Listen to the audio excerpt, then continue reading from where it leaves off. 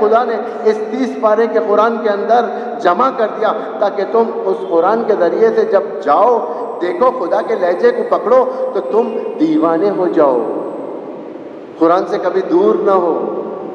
جان کہتا رہے کہ اس آیت کو ریپیٹ کرتا رہو، یا ایھا الذین آمنوا من یرتد منکم، اے ایمان والو خبردار، اگر تم اپنے دین سے پلٹ گئے اللہ پر کچھ اثر ہونے والا نہیں۔ فسوف ان قریب یاتی اللہ بقوم، اللہ ایک ایسی قوم کو پیدا کرے گا جس کے اندر یہ کوالیفیکیشنز ہوگی، یحبونہ یحبونہم ویحبونہ، وہ اللہ سے محبت کرتے ہوں گے، اللہ ان سے محبت کرے گا۔ اذلۃ علی المؤمنین وعزۃ علی الکافرین، مومنین کے سامنے انکسار المزاج ہوں گے اور کفار و مشرکین کے سامنے ڈٹ کر ٹھہرنے والے ہوں گے۔ لا یخافون لومۃ لائم، مذمت کرنے والوں کی پرواہ نہیں کریں گے۔ ایک ایسی قوم بنائے گا، یہ لوگ جن کی عبائیں لاکھوں روپے کی ہوتی ہے، جس میں سونے کی ایمبرائڈری ہوتی ہے، جو بڑے بڑے پیسے والے، جو بڑے بڑے کپڑے، جو خلافت کا منصب آج بھی دنیا کے اندر ہے، خدا نے ان کی حقیقت کو بتا دیا۔ ایک مرتبہ اصل دین کی خدمت کرنے والے دیکھ چکے، دنیا دیکھ چکی۔ امیر المومنین جمعے کا خطبہ دے رہے تھے، آستین تھی امام کے کپڑے، آستین اس دور کے آستین لمبے لمبے ہوا کرتے تھے، پرانے دور کے آستین لمبے لمبے ہوتے تھے۔ اس آستین کو امام خطبہ دیتے دیتے اس طریقے سے جھٹکا دے رہے تھے آستین کو۔ ایک بچہ باپ کی گود میں بیٹھا ہوا ہے، باپ سے پوچھتا ہے، بابا علی کیا کر رہے ہیں؟ اپنے آستین کو کیوں اس طریقے سے یعنی اس طریقے سے کیوں ہلا رہے ہیں؟ ایک بار ہلایا، پھر اس آستین کو ہلایا۔ باپ کہتا ہے، بیٹا یہ علی ہے، اس کے پاس صرف ایک ہی پیران ہے، یہ پیران کو دھوتا ہے اور دھونے کے بعد فوراً اپنے بدن پر خشک کرنے کے لیے ڈال لیتا ہے۔ یعنی اتنا عزیز رسول، ایک پیران، اسی پیران کو خشک بدن پر کرتے تھے امام، اور دوسری طرف ان کے ایسٹس۔ اسلام کہاں پر رہے گا؟ یاتی اللہ بقومین، اللہ ایک قوم کو پیدا کرے گا۔ کیسی قوم ہوگی وہ؟ جو ان کا منہ توڑ جواب دینے والی ہو، ان کے دین کی حقیقت کو لوگوں کے سامنے اجاگر کرے گی۔ جب علی نے عدالت کے ساتھ برتاؤ کیا، عدالت کا آخری نمونہ، امام اپنے خلافت کے کمرے میں بیٹھے ہوئے تھے، دارالخلافہ نے خلافت کا کمرہ مدینہ، امام بیٹھے ہوئے تھے، ایک سلوات پڑھے محمد والے محمد۔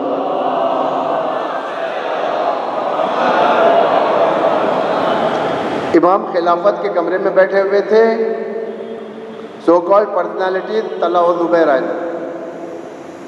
آنے کے بعد بیٹھا امام کے پاس، سلام کیا، امام نے فوراً بیت المال کا چراغ گل کیا، گل کرنے کے بعد اور ایک چراغ روشن کیا، یعنی ایک لائٹ آف کیا، دوسری لائٹ روشن کیا۔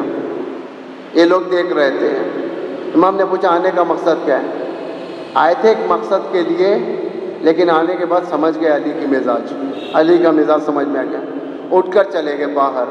اپنی داڑھی کھجاتے کہنے لگے، وہ شخص جو ایک چراغ سے کمپرومائز نہیں کر سکتا، وہ دین سے کیا کمپرومائز کرے گا؟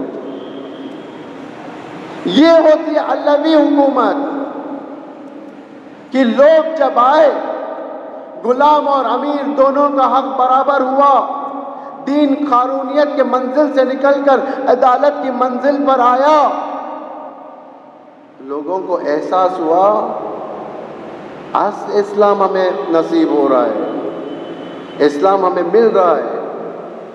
ہر ایک کو رائٹس برابر مل رہے تھے، نہ علی کا بھائی معیار تھا وہاں پر، نہ علی کا بیٹا معیار تھا، نہ غلام معیار تھا، نہ ارباب معیار تھا، سب ایک صف میں، سب کے حقوق ایک برابر۔ اسی لیے امام نے فرمایا تھا، امام اپنے صدارتی خطبے میں امام نے فرمایا تھا، بیت المال جس کا بھی گھر کے بیٹی کا جہیز کا حصہ بن گیا، میں اس کے حلق میں انگلی ڈال کر سارے اموال کو نکالوں گا۔ دیکھا کہ علی تو خطرناک ہے، یہ تو ملک عظیم کی بات ہے. یہ پیغمبر کی حکومت حکومت فاضلہ، یعنی ایک ایسی حکومت جس کے اندر سارے رائٹس، 0% کرائم، جس کے اندر کوئی غلطی نہیں، جس کے اندر غریب اور امیر دونوں خوشی کے ساتھ زندگی کرنے والے. ایسی اگر حکومت آ گئی ہمارا سارا اموال چلے جائے گا. اس ملک عظیم کے انقلاب کو، یعنی امیر المومنین کے انقلاب کو خنثی کرنے کے لیے سب لگ گئے.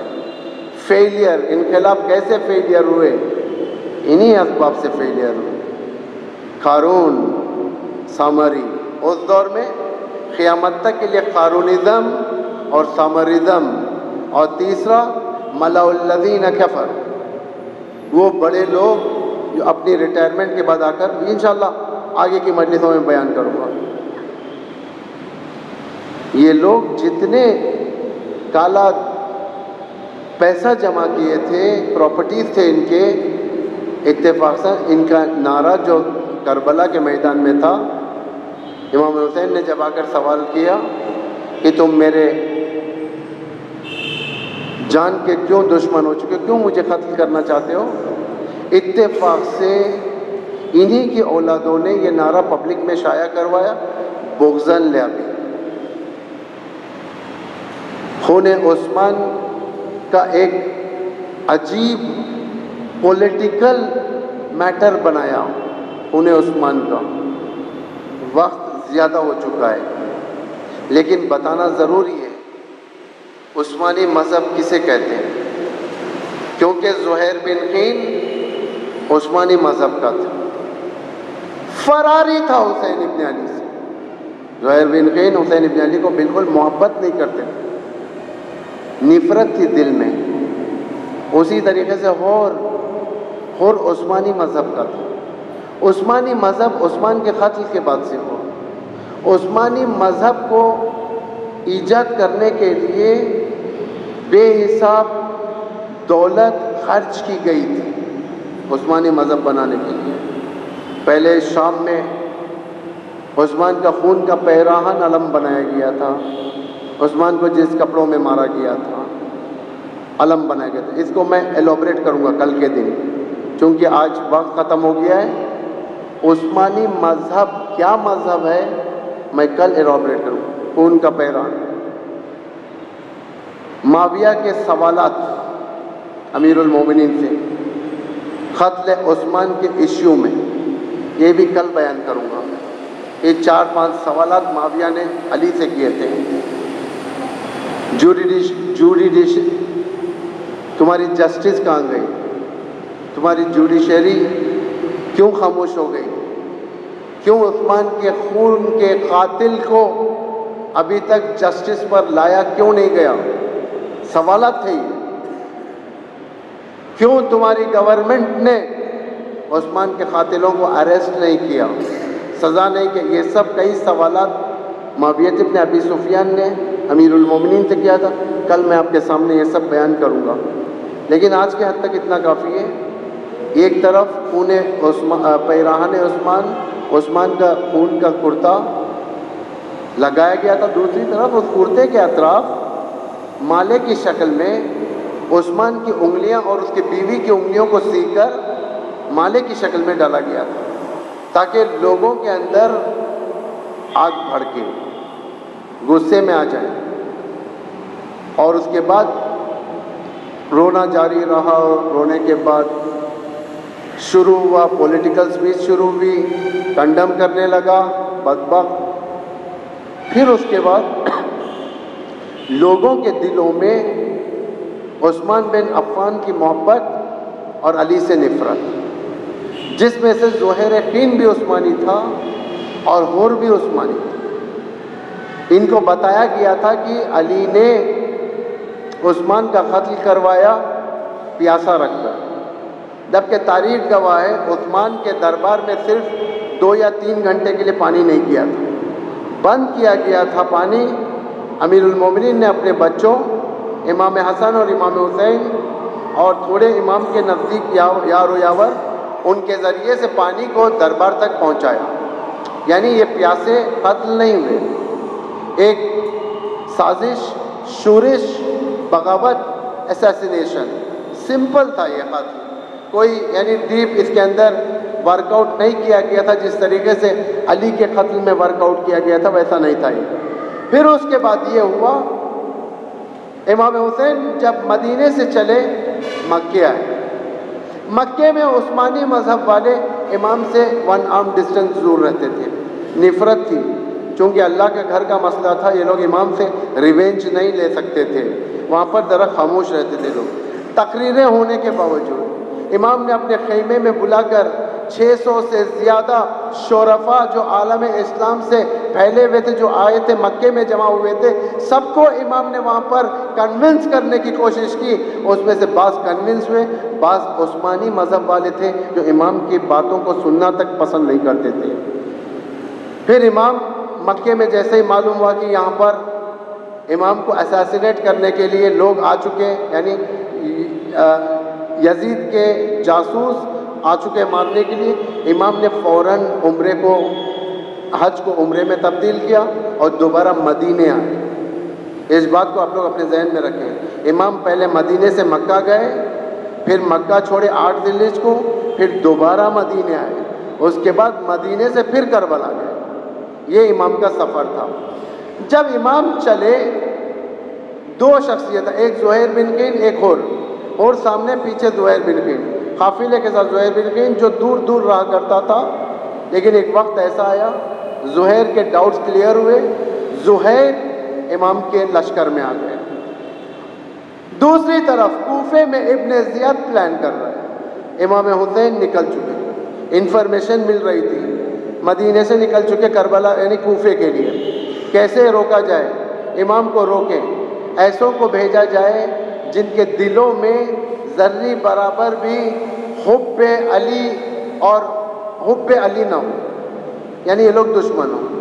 جب ان کے آپس میں مشورے ہوئے، یہ طے پایا گیا ہور 100% عثمانی ہے، ہور کا لشکر 100% عثمانی ہے، جس میں ان کے دلوں میں بالکل علی سے محبت نہیں ہے۔ جو روایتوں میں پڑھا جاتا ہے، یعنی ماں کے بارے میں، شہزادی کونین سے جو حور کو محبت تھی، محبت عثمانی میں نہیں تھی کہ یہ سید نساء العالمین، بلکہ ایک پیغمبر کی بیٹی کے لحاظ سے حور کے دل میں یہ ایک مقام تھا، محبت نہیں، مقام تھا۔ محبت اور ہے، مقام اور ہے، ایک ریسپیکٹ، ایسا ریسپیکٹ کہ کراہت والا ریسپیکٹ، کہ ہاں آپ کی ماں پیغمبر کی بیٹی، اس لیے ہم آپ کا احترام کرتے ہیں۔ پیغمبر کی وجہ سے تھا یہ احترام، نہ کہ خود شخصیت فاطمہ کی وجہ سے۔ اور شدت پسند، اور ایسے آدمی کو بھیجنا تھا جو امام حسین پہ 1% بھی رحم دلی نہ دکھا سکے، وہ حور بہترین تھا اس کے لیے۔ 1000 کا لشکر، امام جانتے تھے کہ ابن زیاد اس قسم کی کوئی پالیسیز یہاں پر پیش کرے گا، اس قسم کی کوئی سیاست کھیلے گا، اور مجھے اس سیاست کو خنثی کرنا ہے۔ ایک منزل پہلے امام نے فرمایا کہ جتنا ہو سکے پانی بھر لو، کیونکہ امام کو انفارمیشن یہ ملی حور کا لشکر دوسرے مقام سے آ رہا ہے، اور امام جانتے تھے کہ وہ مقام سے ذرہ پانی بھی نہیں، کیونکہ فرات کے طرف حسین ابن علی تھے اور اپوزٹ ڈائریکشن سے آ رہا تھا، وہاں پر پانی نہیں ہے بالکل۔ امام جانتے تھے کہ آتے ہی اسے پیاس لگے گی، آتے ہی وہ پانی کے پیاس کا شکار ہوگا۔ امام انسانیت دکھانا چاہتے تھے، کہیں ایسا نہ ہو کہ یہ پیاس سے ہلاک ہو جائیں۔ امام عباس سے کہتے ہیں چلو ہم تیزی سے بڑھتے ہیں، یہاں پر تیزی سے چلا قافلہ۔ کیوں چلا؟ امام کو انفارمیشن تھی کہ جو حور کا قافلہ آ رہا ہے وہ دھیرے دھیرے سے پیاس کا شکار ہو رہا ہے، ہو سکتا ہے 2 منزل کے بعد وہ لوگ وہیں پر ہلاک ہو جائیں۔ امام انسانیت کو دیکھ رہے تھے، آگے بڑھے۔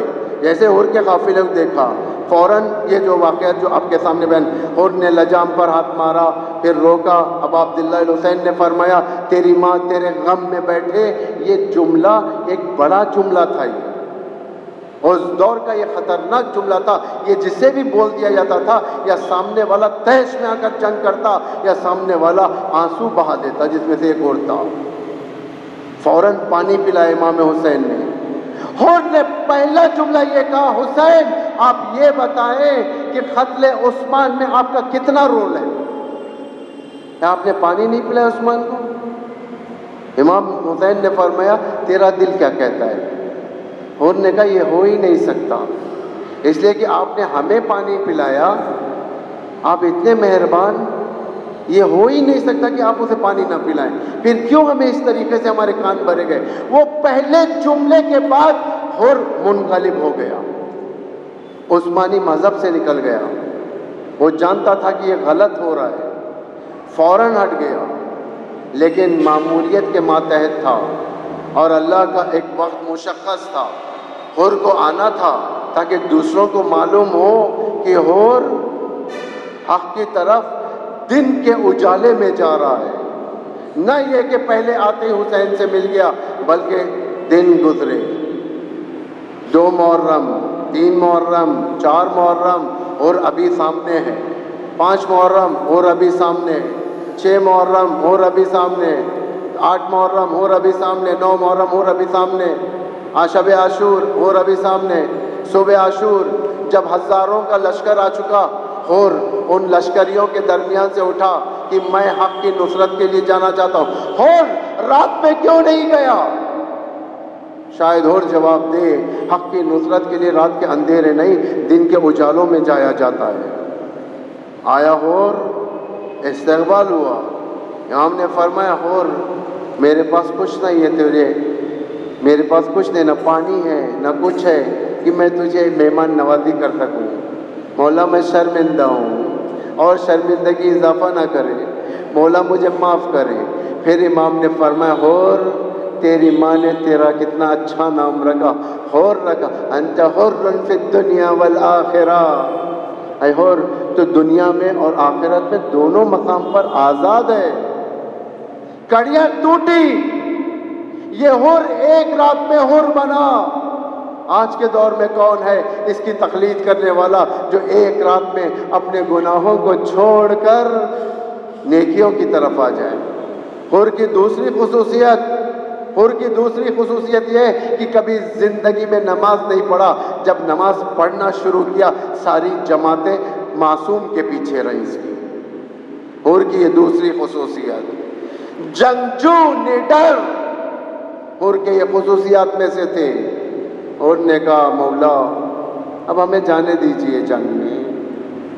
امام نے اجازت دی، لیکن حر نے پہلے یہ چاہا کہ بیٹا جائے، بھائی جائیں، تاکہ جبران ہو سکے، بیٹے کو بھیجا۔